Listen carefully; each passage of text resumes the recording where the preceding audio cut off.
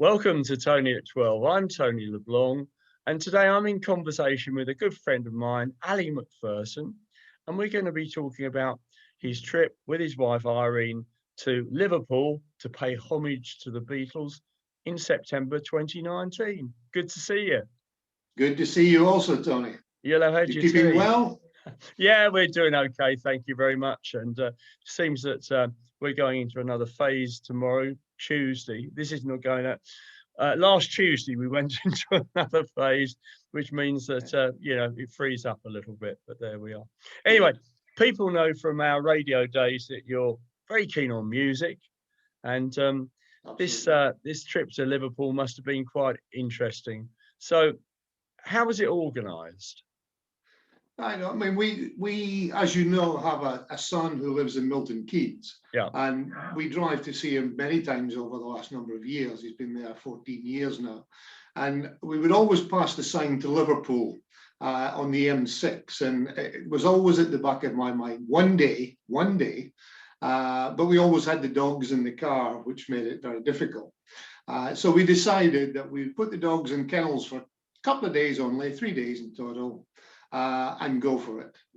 So I looked online, booked a hotel down by the Albert Docks, which is a bit more salubrious than maybe it sounds being down by the docks, but it's all changed and built up now.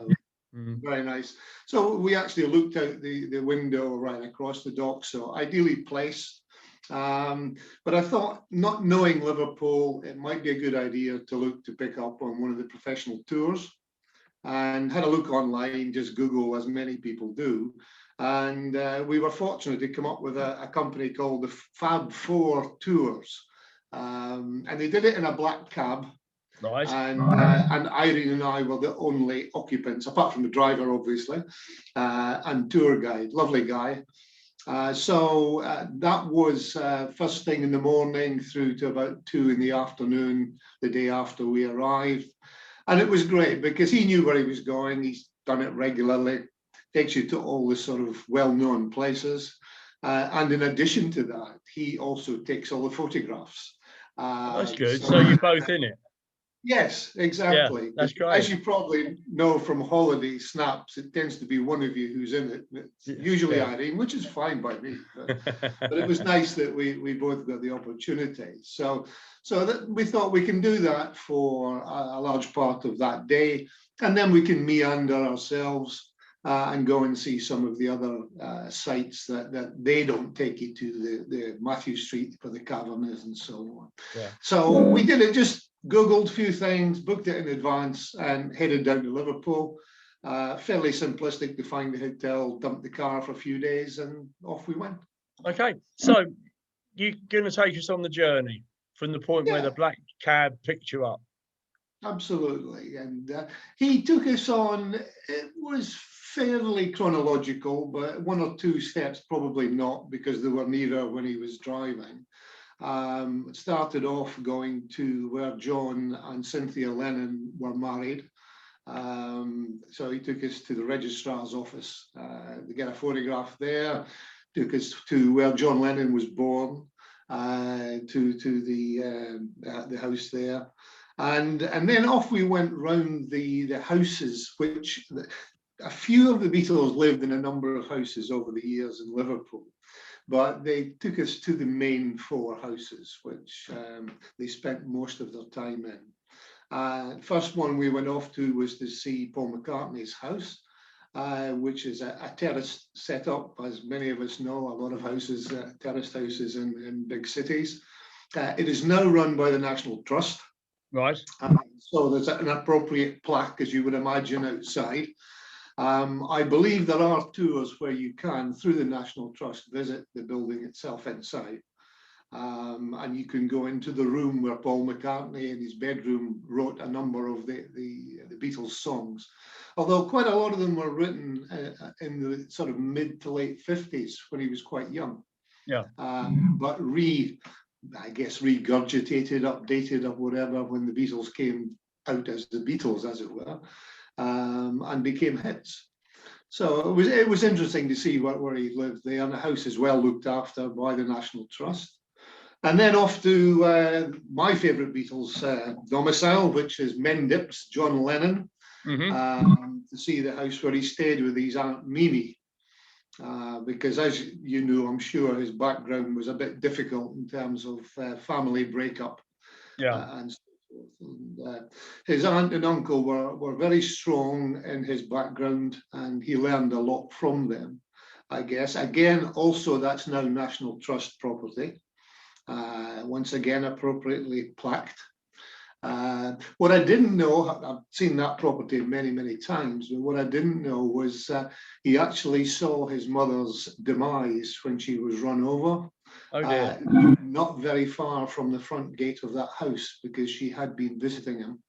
And had run across to get, I can't remember if it was a taxi or a bus, but unfortunately she was hit on the way over.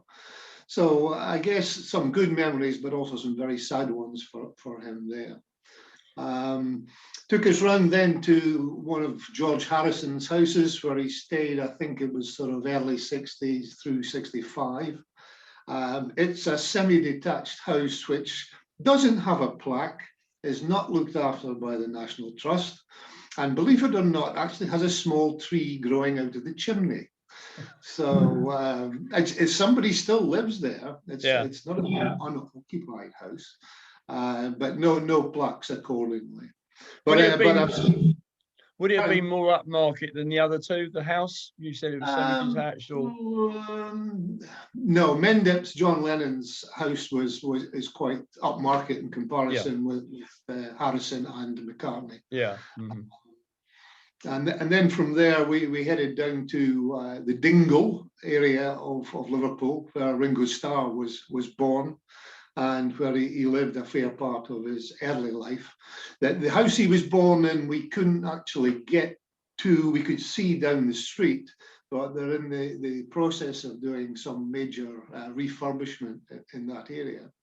And an interesting side note thing was that they used that street to film quite a bit of the BBC film and drama, The Peaky Blinders. Oh yeah. Was it BBC? I can't remember. It was the BBC actually now, but no matter. That street was used for that. So I guess it shows you how old it was and looks, because that was 1920s. The Peaky Blinders were supposed to be in. But across the way, not very far away, was a street where he was brought up in his grandmother's house. And again, it's well painted, different colours from the rest of those in the row, terrace type house again. So it was just interesting to go and see these buildings and get the audio comment from our driver, who knew his stuff. Obviously, he does it for a profession. So that was the main things in terms of the buildings of the individuals. Now he didn't mention Stuart or Pete Best. I guess I was asking questions as we went along, and Stuart Sutcliffe obviously was quite short term with the Beatles. A good friend of John Lennon's, that's why he joined the band, but he couldn't really play very well. Right. And ended up, I think, in Hamburg in particular, playing with his back to the audience, because they couldn't see what he was not doing, perhaps.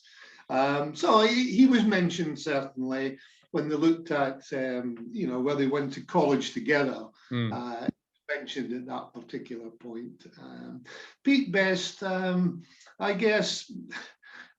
I'd said to the chap about Pete Best got some money from the Beatles when they did an anthology a few years ago, and Pete played on some of the very early numbers, and Paul McCartney made sure that Pete Best was given a fairly good cover fee for that. And I think I mentioned that to the chap who was doing the tour, and he said, well, yes, that's very true, but he still doesn't think Pete Best is particularly happy about the many millions of riches that he maybe lost out of. But, that's right, and a lot of people said that he was a better drummer than Ringo, so I don't know why it all fell to pieces there. Well, there's a couple of different stories on that. The one that I had previously always read was that George Martin wasn't overly happy with Pete Best on the early recordings. And in fact, what I read many years ago was that there was a session musician filled in on some of those very early recordings, and he was Scottish, so that was, I thought, good, quite proud of that fact. So just a few of them, but also there seemed to be a bit of a problem between Paul McCartney and Pete Best as to who was the best looking Beatle. Because Pete Best was the one that all the girls chased in the early days, and this caused a little bit of a problem, apparently. So it's difficult to say what really made the change, but the change was made. They knew Ringo Starr from playing with Rory Storm and the Hurricanes, also in Hamburg. So they knew he could fit into it, and indeed did very well. A lot of fingers have been pointed at Ringo over the years, saying he's not a great drummer, perhaps because of the comment you made earlier on Pete Best. But a lot of people now say he is one of the best drummers around. But I guess he's been doing it for almost 70 years, so he should be pretty good. Said he rearing up. Now, so you've seen the houses. Do you go on to the schools at that point? They were sort of flicked over, to be honest, pointed out. We didn't stop and go into the schools, but the main thing that was mentioned was Lennon and Quarrybank School, because when he started up his little band, it was the Quarrymen, as you may remember, and that's where the big story started with the Beatles coming together. They took us to one of their very first gigs as the Quarrymen, if you want to call it a gig, was at a church fete at St. Peter's Church in Liverpool. And they played in the fete during the day on the back of a lorry. There's some famous photographs of that, which you may have seen, John Lennon in that. And then later that day, they had a gig in the hall, the church hall. And that was where Lennon met Paul McCartney. So a friend from the band at the time introduced Paul McCartney to John Lennon at the church hall. Lennon didn't show an awful degree of interest in Paul McCartney because he felt he was too young. However, McCartney played a very fine rendition of 20 Flight Rock, the Eddie Cochran song, on guitar. And Lennon became very interested at that point. And as I recall, I think McCartney said he remembered this old person, which was Lennon, was only a few years older, smelling of beer, leaning over him while he was playing this riffs on 20 Flight Rock. But that was the beginning. That was where they met, and that was the start of the Beatles story, really. George Harrison was even younger, wasn't he? George Harrison? Harrison was even younger, a couple of years younger again. So still. He didn't. It was 57. They did the fate, and when Lennon and McCartney met, it was 58. Later 58 before Harrison joined. But it was quite interesting going to visit the church and the hall. The hall has a plaque on the outside, and it was quite interesting. I wanted to get a photograph outside, as you can imagine, where they met, and they had a cherry picker guy up cleaning the windows at the top. And I did mention to his colleague on the ground that they could maybe move it so I could get a good photograph. I was only joking, obviously, but I think the Liverpool had a bit of a failure of sense of humour when I said that to him. But, so that was good fun. Thoroughly enjoyed it. Yeah. So how did they meet up with George Harrison then?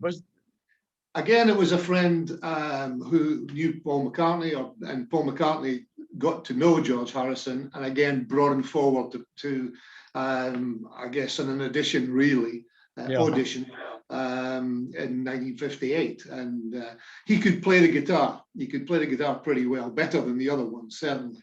And as you know, he became the lead guitarist in the band. So again, all these things were done through friendships. Somewhere along the line, somebody knew somebody. Small world, I guess, in that terms. Because it's quite interesting. In their early days, they were a five-piece band, weren't they?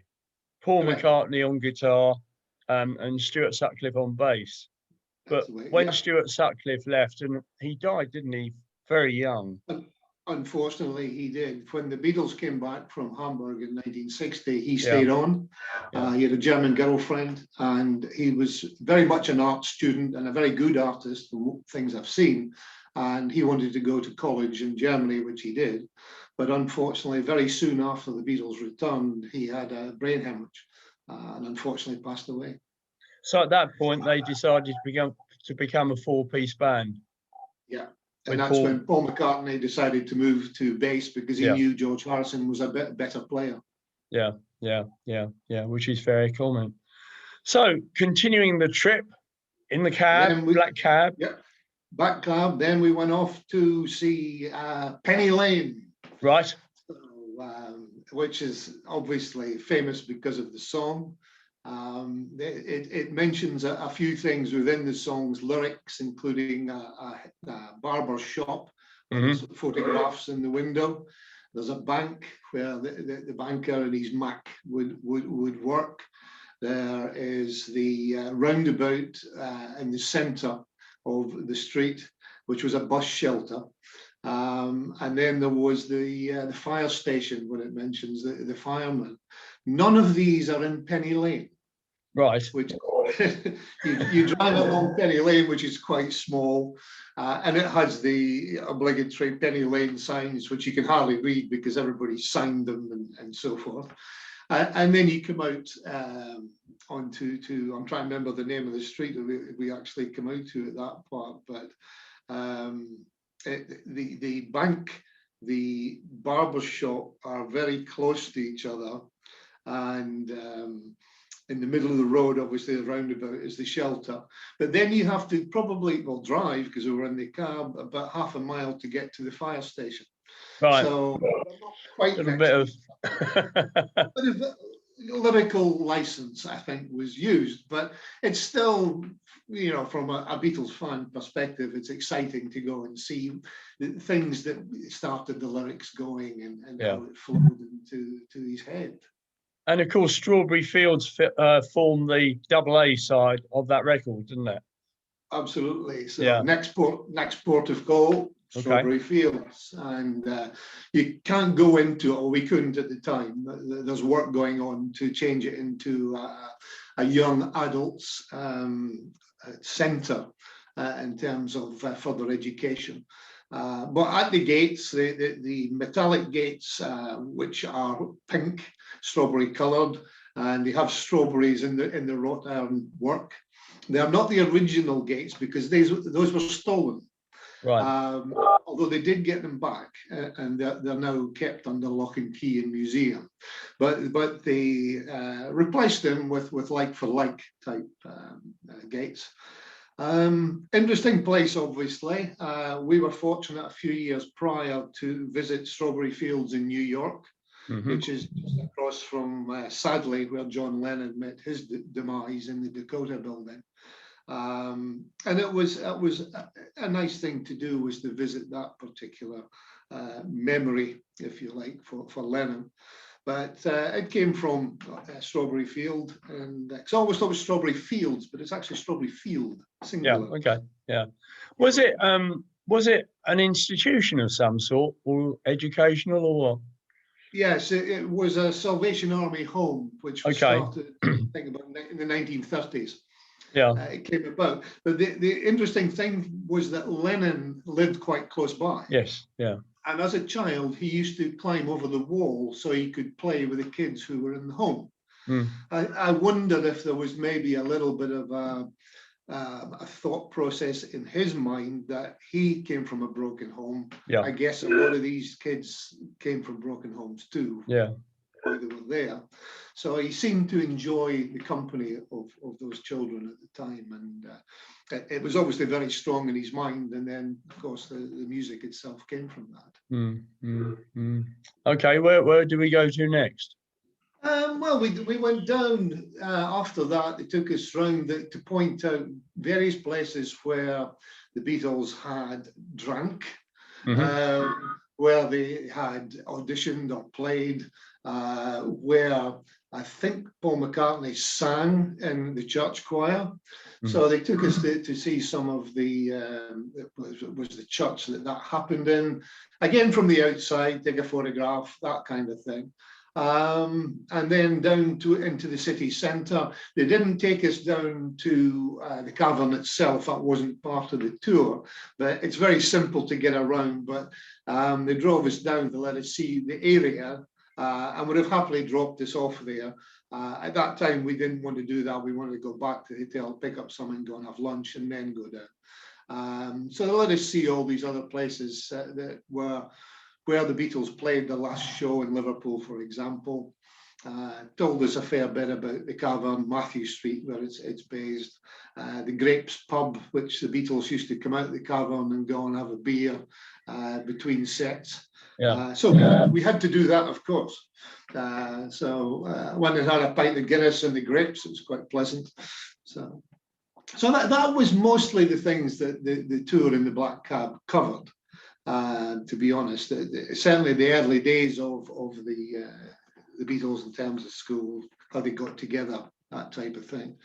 But there's so much more to the Beatles story than the early days, as you know. Brian Epstein's record shop. Yeah, they didn't take us to that. The shop doesn't exist now, as you know. But I'm not even sure if the building exists. But again, spoke about it. I think it was at North End Music Services. It was NEMS. So it spoke about Brian Epstein in terms of how he got involved with the Beatles.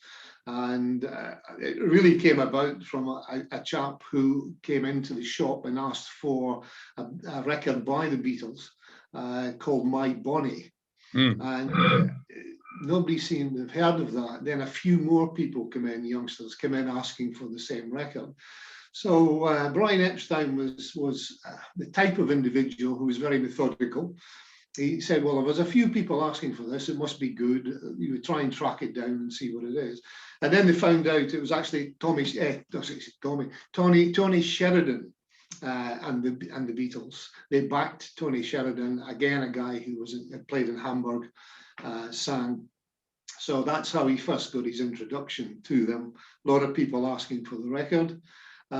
He then found out that they played in the cavern, and I think, if I remember correctly, February '61, he decided to go and see them play, which I think was a shock to the system. Because the cavern, it's not so bad now, I guess, but the walls used to have sweat running down it because it was so hot and people were so excited and enjoying the bands playing. And he was there in his Crombie overcoat and his shirt and tie and suit, three-piece suit. So I guess he stood out a bit like a sore thumb, as they say. But he decided, because he could see the reaction that the band were getting from the kids in the audience, and decided to talk to the band and offer his services as manager. And I guess the rest is history as far as his involvement is concerned. He was not only involved with them, though, was he? Gerry and the Pacemakers and several other bands were involved. And indeed, he had his first #1s with Gerry and the Pacemakers. Indeed, and as you probably know, they were the first band to have 3 #1s in a row. No, that he signed quite a number of bands at the time. There were a lot of famous bands, as you probably know, going back to bands like the Foremost, the Searchers. There's a huge amount of bands all going at the time, all off the back originally of Skiffle and old Lonnie Donegan. So another Scotsman, by the way. Although he moved from Glasgow to London, I think, when he was 2 or 3 years old. But that was how a lot of it started. And, sure. I mean, my own particular love of the Beatles came an older brother by 8 years who introduced me to Elvis, Buddy Holly, Everly Brothers. But the Beatles were mine. That was the difference in terms of the musical side of things. But the Beatles, McCartney, Lennon, loved Buddy Holly. They loved the skiffle part because that's where they started with skiffle. And Donegan started playing with Chris Barber, who unfortunately just left us 2 weeks ago. And then back prior to him, he played with Ken Collier, one of the first guys who really wanted to see live proper jazz music in New Orleans. So he joined the Merchant Navy and jumped ship in Louisiana. So until he was eventually thrown out by the authorities. So I mean, it's amazing how it all joins together. Oh yeah, yeah. Tell me, in your opinion, if they hadn't met Brian Epstein, they could just have been rattling along as a four-piece band, or do you think somebody else, or could somebody else have discovered their talent? I think somebody else could have, because of writing, the songs that they were writing and came to write. But I think the great thing about having Epstein was that he was so unusual in his style and his manner that he took them in tow. It's often said that the Beatles were sort of upmarket, very, proper young men, and the Rolling Stones, a band which I love, as you know, were the rough guys. But in reality, it was the other way around. Yeah. The Rolling Stones were quite well-spoken and well-brought-up young men, but the Beatles all had a rougher upbringing. And when Epstein saw them, they were sort of head to foot in leather and had quite a rough image. But he smoothed that off because he could see that that was how to make them acceptable to the general public. Not only youngsters who loved them already, but to parents, for example, and that's why we always had in the newspapers or the music papers back then, would you let your daughter marry a Rolling Stone? They didn't say anything about the Beatles. So I think they would have made it, but whether they would have made it as big or as well, debatable. But he took all of these bands on a bit of a voyage of discovery, Brian Epstein, because he hadn't got much managerial experience in the music business. Absolutely. I mean, they were flogging records and record players and washing machines at NEMS. Yeah. And for him to take on London, Mickey Most and Larry Palms, and succeed, I think was quite an achievement. Yeah, it was quite remarkable. I think because he brought us something different. And the music scene was changing. The time was right, I think, for a challenge to the establishment, if you like. You mentioned Larry Palms there, for example, old school style. This was new.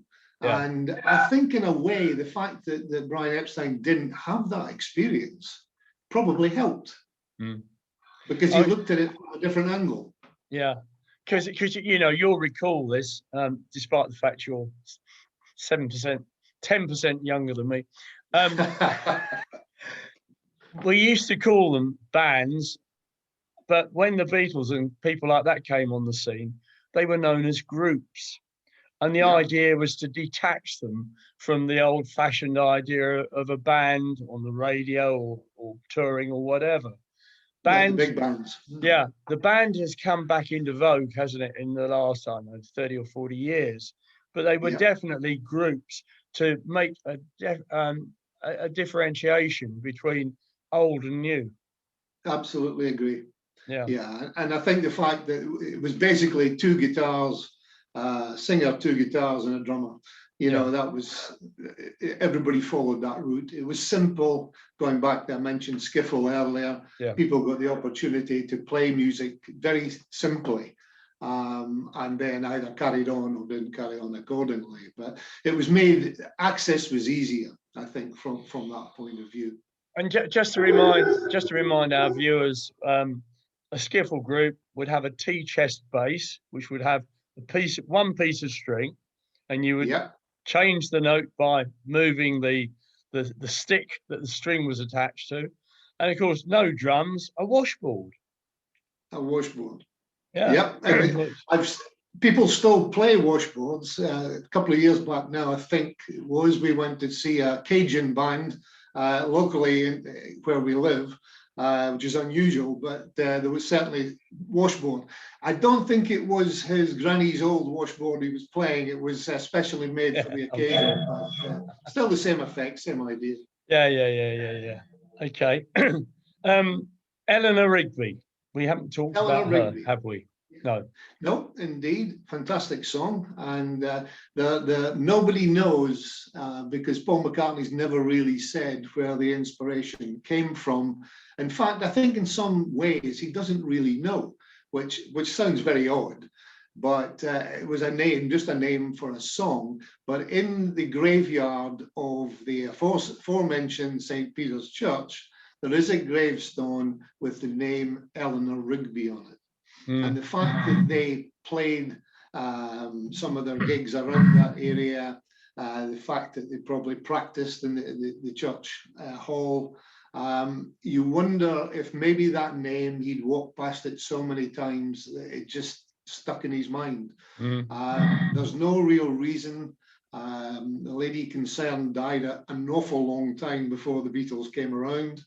And there's nothing that McCartney has said that the name triggered the particular lyrics in the song, because she wasn't a very lonely person sitting in the window, as far as people can tell. No.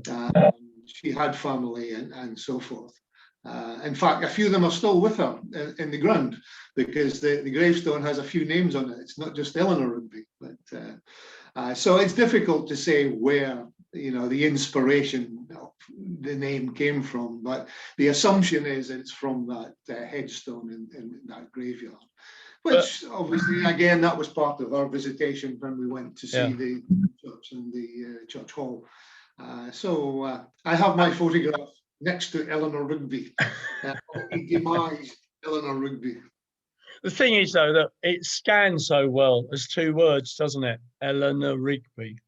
Yes. Yeah, it's perfect in terms of fitting into lyrically into the song, So I mean, just wonderful to go and experience all these things, and then ultimately visiting the cavern. It's not the original cavern; it moved a number of yards. That's all that's happened. The cavern was closed, as you may know, but the reason why it was closed is that British Rail wanted to use the underground part as an air vent for the railway. But it never actually happened, that. But a lot of it had been destroyed. And then somebody bought a building virtually next door, and they took a lot of the old stonework from the original cavern downstairs, the brickwork, and they rebuilt it. Virtually, like for like. And it's quite remarkable to go into it today, because you still feel as though it's the cavern. And as we said earlier, there we have. So it was great. There was live music, and surprise, surprise, it was the Beatles they were singing. So, I mean, it was wonderful to do that. There's a great statue outside of John Lennon, a bronze statue standing leaning against the wall. So again, for a fan, it's great to stand next to him, doing the same pose and getting your photograph taken. So, I mean, that was wonderful to do that. And also down at the Albert Docks, this is after the tour, they have a Beatles story, which is in one of the old warehouses at the docks. It's been redone. It takes you right from the beginning, right through to, unfortunately, John Lennon's demise and also Paul McCartney moving onwards. And although I knew most of the story, it was still a wonderful thing to go. Part of the experience. Okay, so in closing, your favourite Beatles albums? Favourite Beatles albums, probably Please Please Me, the first one. Just simply because it was so different and it was mine. Others in there, Revolver, big fan of Revolver.